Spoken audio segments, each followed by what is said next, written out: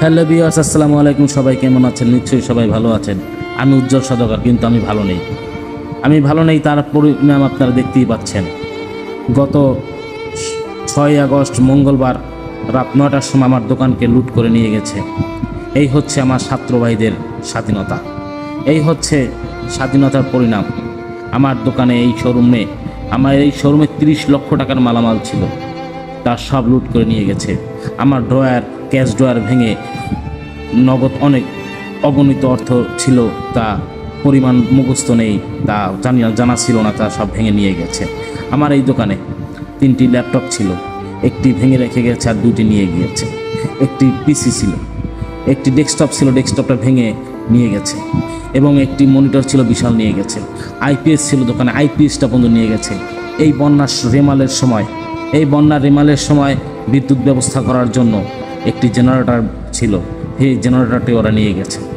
আমার দোকান লুটপাট করে সব নিয়ে গিয়েছে। কি দোষ ছিল আমার? আমি কি দোষ করেছি? আমি কোনো বিএনপির লোক না, আমি কোনো বিএনপির গায়ে হাত তুলে নিই, আমি কারোর সাথে গালাগালিও করে নিই, বা আমার দ্বারা কারো কোনো ক্ষতিও হয় নাই। কি দোষ ছিল আমার? আমি কি করেছি? আমার কি দোষটা ছিল? হ্যাঁ, একটি পুরুষ মানুষের ব্যবসা প্রতিষ্ঠান হচ্ছে তার রুটির জায়গা হচ্ছে তার একটা সন্তানের মতো।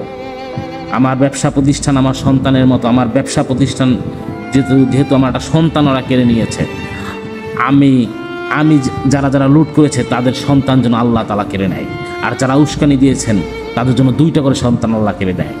আমি আপনাদেরকে অভিশাপ দিচ্ছি না, আমার আত্মচিৎকার আল্লাহর কাছে, আল্লাহর আরশ পর্যন্ত পৌঁছে গেছে। আল্লাহর কাছে বিচার দিয়ে দিয়েছি। আল্লাহ এই বিচার করবে ইনশাল্লাহ।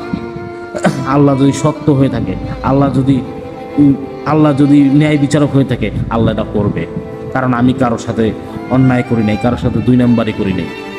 আমার সৎ টাকা আর আমার স্বরূপ, কারোর সাথে আমি অন্যায় করি নাই, কারোর সাথে আমি গালাগালি করি নাই, কারো আমি মারিনি, কারো আমি ধরিনি। হ্যাঁ, আমার একটাই দোষ ছিল। আমার জনাব আশরাফুর রহমান, আমার চাচা, আমার সম্পর্কে আত্মীয় বলে, তার ভাতিজা বলে আমার দোকানকে লুট করা হয়েছে। আমার দোষ ছিল এটুকু, তার ভাতিজা আমি আশরাফুর রহমানের, বা তার সম্পর্কে আত্মীয় আমি। এটুকুই ছিল কি আমার দোষ?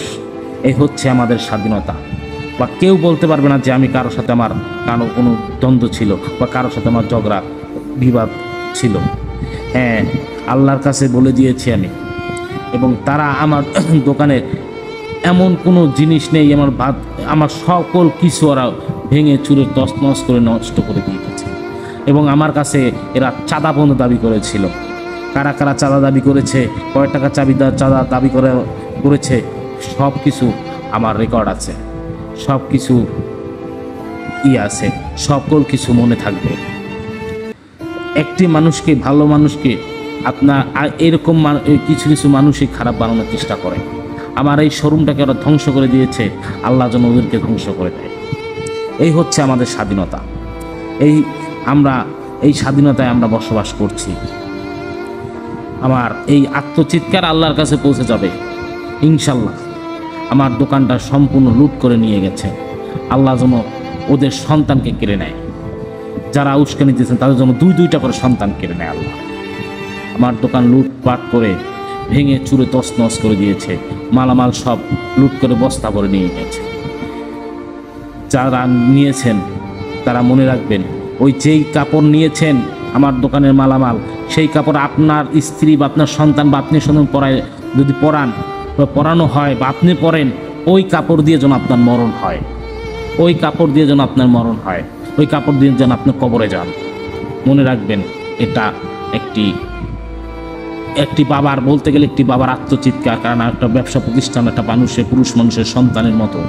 আমার সন্তানের আত্মচিৎকার, সন্তান হারা বাবার একটা আত্মচিৎকার।